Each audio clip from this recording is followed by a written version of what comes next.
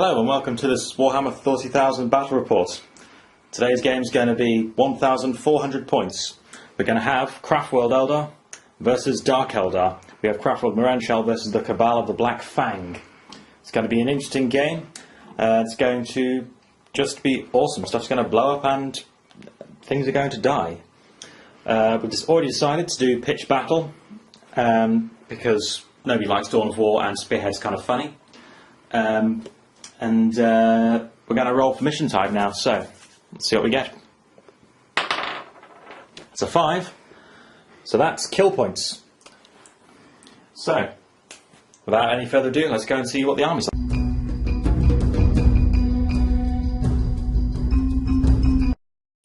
Okay, so this is the Craftworld Eldar army. Not a different one for me normally. Not very mechanised. Lots of aspect warriors, which I like, but not very mechanised.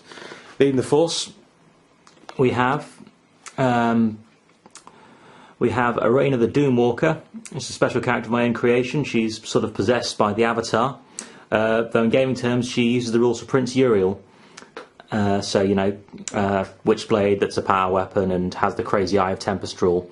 We'll have to make sure to remember to see if she dies at the end of the game or takes a wound with her curse. Next up we have the two troops choices. We have a squad of Dire Avengers here, 10 of them. Exarch here with 2 Avenger Shuriken Catapults and Bladestorm. They're on foot. Then at the back here, we've got another squad of Dire Avengers. The Exarch has got a Dire Sword, a Shuriken Pistol and again Bladestorm. And they're going to be riding in this black and red tank. Eldar tank, Rave Serpent with Eldar missile launchers and Spirit Stones. The elite choices, we have the compulsory squad of Fire Dragons, including an Exarch in the middle. You can see he's got the big crest. He's got a Dragon's Breath Flamer, and they're going to be riding in this Wave Serpent with Twin Link Star Cannons and Spirit Stones. Here we've got 9 Striking Scorpions. We've got the Exarch here with a Power Fist, or the Scorpion's Claw as it's called. He's also got Shadow Strike so he can infiltrate or outflank, and he's also got Stalker so they have move through cover. For fast attack, we have 8 Warp Spiders. I apologise to the ones that aren't sprayed yet. Exarch with Power Blades, 2 Death Spinners, and that's it, because Warp Spiders are really fun. And finally, the heavy support, we have the amazing Wraithlord Brian. I've lost his guns, but he's equipped in this game with a Briar Lance and an Eldar missile launcher and 2 flamers. You can see he's holding out his hand to say hi. And that's the Eldar.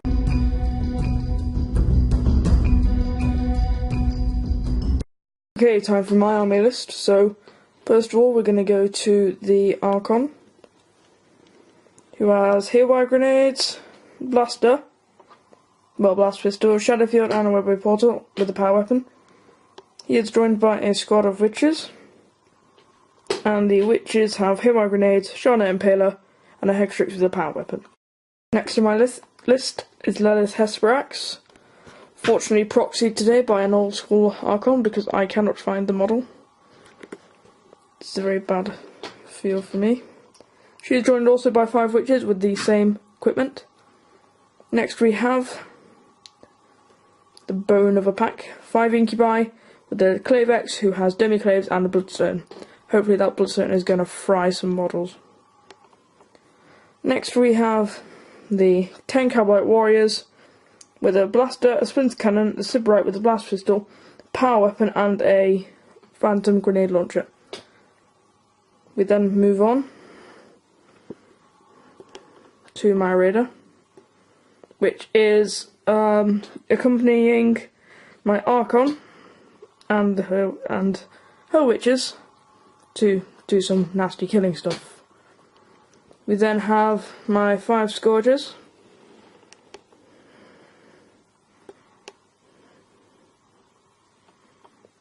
who have all they have is 2 Haywire Blasters, so hopefully they're going to be my anti-tank stuff. Finally we move on to the Ravager, hopefully going to be the backbone of my army. Be looking at that to do some smashy stuff. That's got 3 Dark Lances, and I believe it has Krynos Pain Engine, Spirit Vortex and a Spirit Probe. Nope. For goodness sake, sorry. That has a Flicker Field, Prowl, Shot Prowl, Chain Snares, and an enhanced Aether Sail. So now we have another squad of Cabalite Warriors, hoping to cause more trouble as they come via the webway portal. We also have finally we have a Kronos Pain Engine, who has, as I made a mistake earlier, a Spirit Vortex and a Spirit Probe. He'll be looking to nasty up some Eldar. So I'm excited about the battle. 1500 points exactly.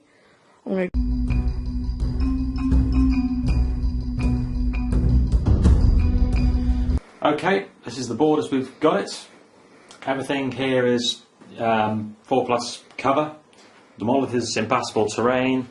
You can pretty much walk across most of these things okay. The impact board sections are all difficult terrain. Otherwise, that's about it for funky special rules. We're now going to roll dice, see who gets to choose to go first or second.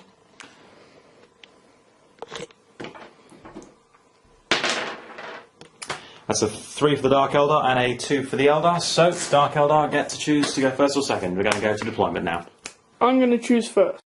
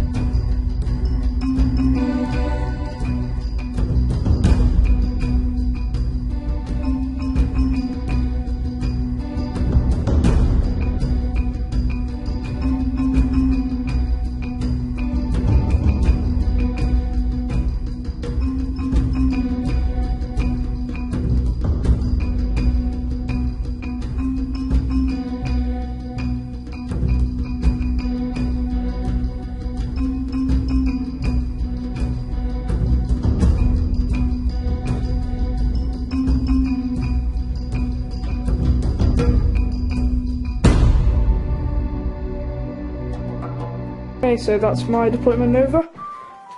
So there's going to be a phone going off to declare this. And so I've only got 3 units on the field. I've got my Scottish Scourgers. They're hopefully to take out any tanks that he's got. And I've got my clustery bunch. I've got my Ravager, who's going to wall hug for his life in the first turn.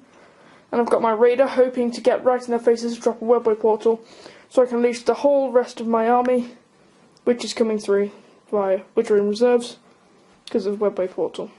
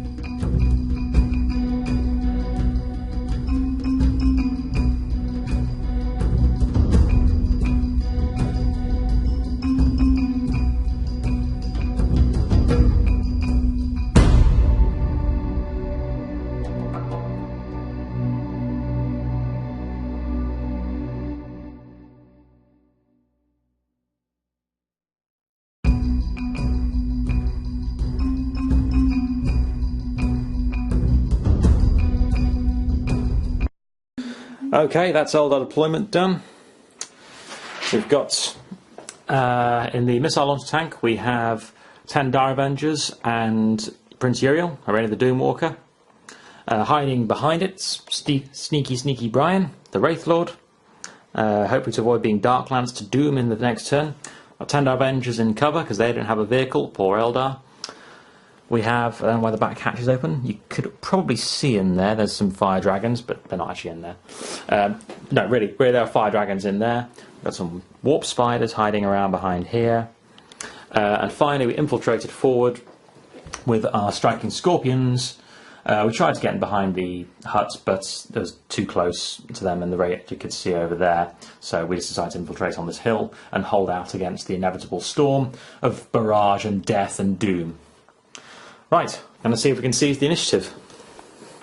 Roll for combat drugs. Oh, yes, first of all, you need to roll for combat drugs. Okay. Hurry up. Roll, you fool. Combat roll. The combat drugs. The 4. It's a pain bringer. They all get to fail to wound, which is probably the best one I could have hoped for, because now witches will be wounding my Eldar on 4s with re-rolls. Finally, can the Eldar seize the initiative? On a 6. On a 6. Nope.